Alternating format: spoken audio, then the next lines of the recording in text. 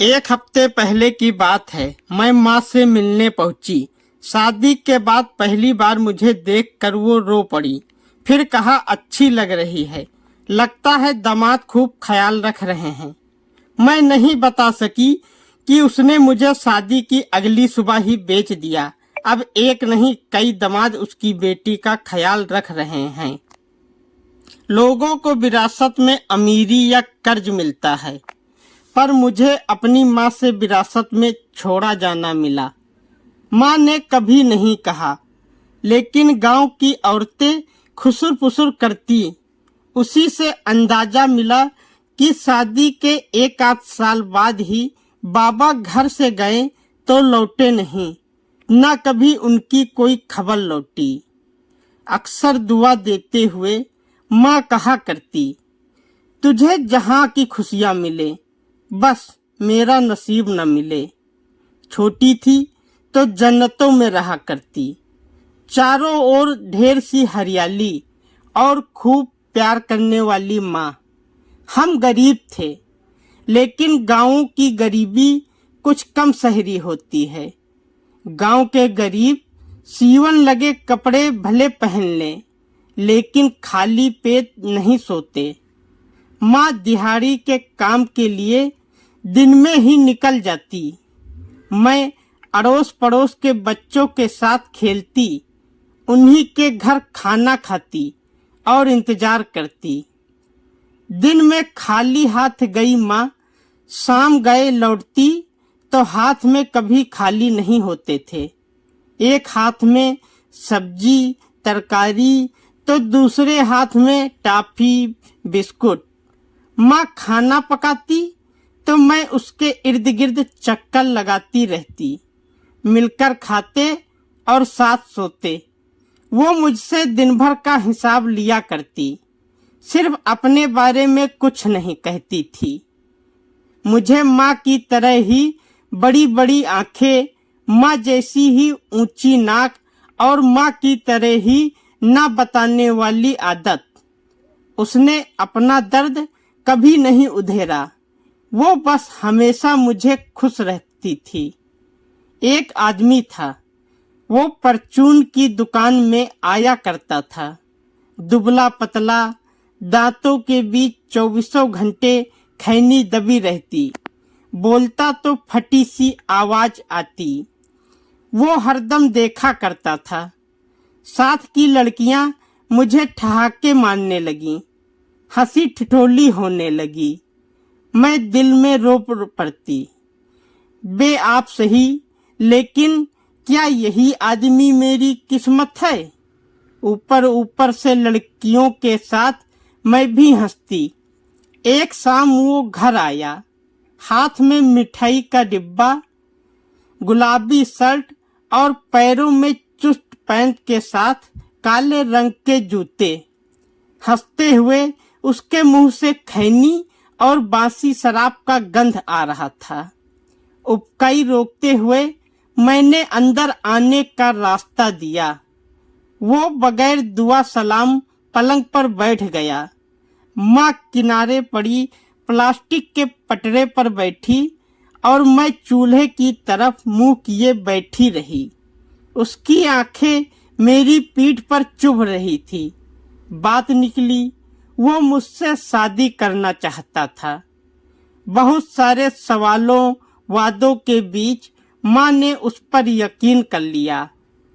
ये पहली दफे था कि मुझसे बिना पूछे माँ फैसले ले रही थी, वो भी मेरे लिए। रात को माँ ने कहा, बेटी मुझसे तो हुआ नहीं, शायद इसका नसीब ही तेरा नसीब खोल दे। माँ पहली बार मेरे सामने रो रही थी। उसका चेहरा हर बीती तकलीफ का नक्शा हो रहा। मुझसे माँ का इस तरह रोना देखा नहीं गया, तो मैंने हाँ बोल दी।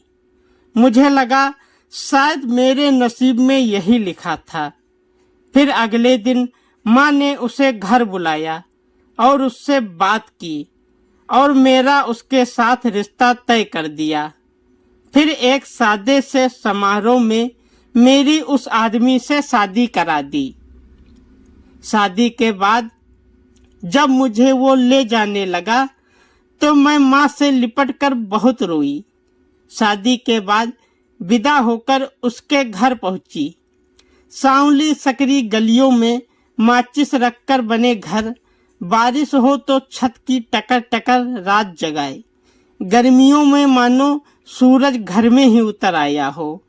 मैं चुपचाप कोने में खड़ी थी। उसने फटी हुई आवाज में पूछा, कोई राजरानी हो क्या? ये इशारा था मुझे औकात याद दिलाने का। शक्ल सूरत या घर बार कुछ भी तो ऐसा नहीं कि कोई भला लड़का लपक कर मुझे पसंद कर लेता। अगली सुबह मैं बेची जा चुकी थी। फटी हुई आवाज में पति उर्फ दलाल ने कहा, नाथ उतरई तो कल रात हो चुकी, अब ज्यादा कीमत नहीं मिलेगी।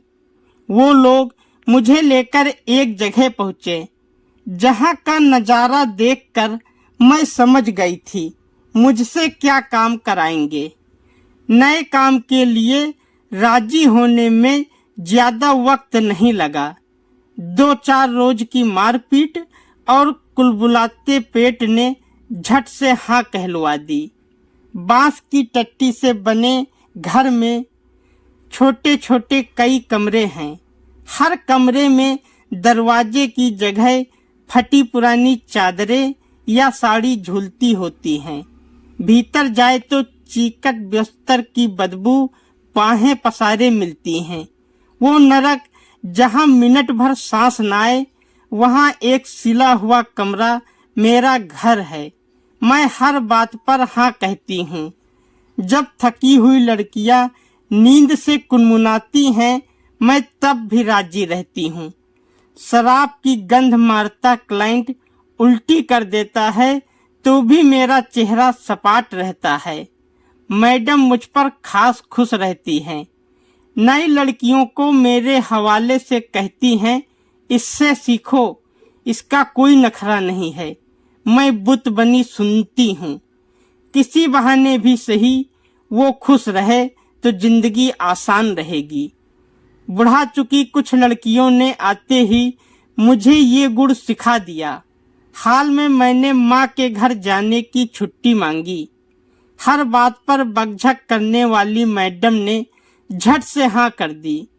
जानती है कि ये नरक भोग चुकी लड़की और कहीं नहीं जाएगी। जाते जाते कुछ पैसे भी मेरे हाथ में रख दिए। निकलने से पहले मैंने गाढ़े मेकअप से पुता चेहरा धोया और खूब जतन से ब्याहता जैसा श्रृंगार किया। 2 दिन माँ के पास रही।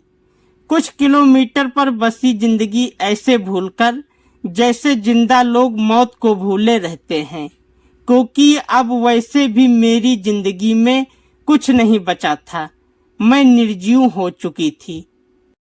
दोस्तों, कहानी अच्छी लगे तो वीडियो को लाइक करें, शेयर करें और हमारे चैनल को सब्सक्राइब करें। धन्यवाद।